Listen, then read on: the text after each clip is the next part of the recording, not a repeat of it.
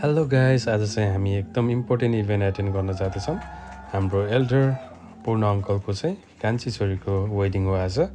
अनि आमाको पनि यो युकेमा लास्ट विक हो, नेक्स्ट विक अब नेपाल जाँदै हुनुहुन्छ। बरु आमा त्यो यो भन्दा गप्लको पिठोमा मुखै चोपाले हुन्थ्यो नि त नि। यस्तो छ ताल यहाँ बिहे जानु अगाडि।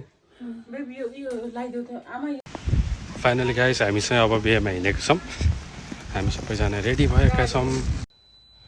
अनि आजको भेन्यू चाहिँ मलाई एकदमै राम्रो लाग्यो। यो चाहिँ लुइस ह्यामबाट जस्ट 30 माइल टाढा रहेछ।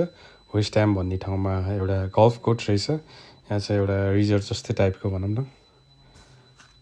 दिनु सर, अनि आज तपाईँलाई कस्तो महसुस भइरहेको छ केही बताइदिनु।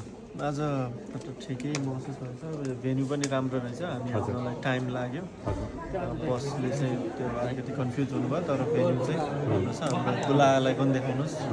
हाम्रो आजको जुला हुनुहुन्छ रेडी हुँदै हुनुहुन्छ है त।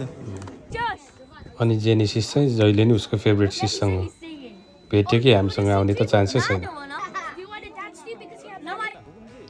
चस्माले आँखालाई अनि टोपीले शिरलाई छुन्छ, चस्माले आँखालाई अनि टोपीले शिरलाई छुन्छ।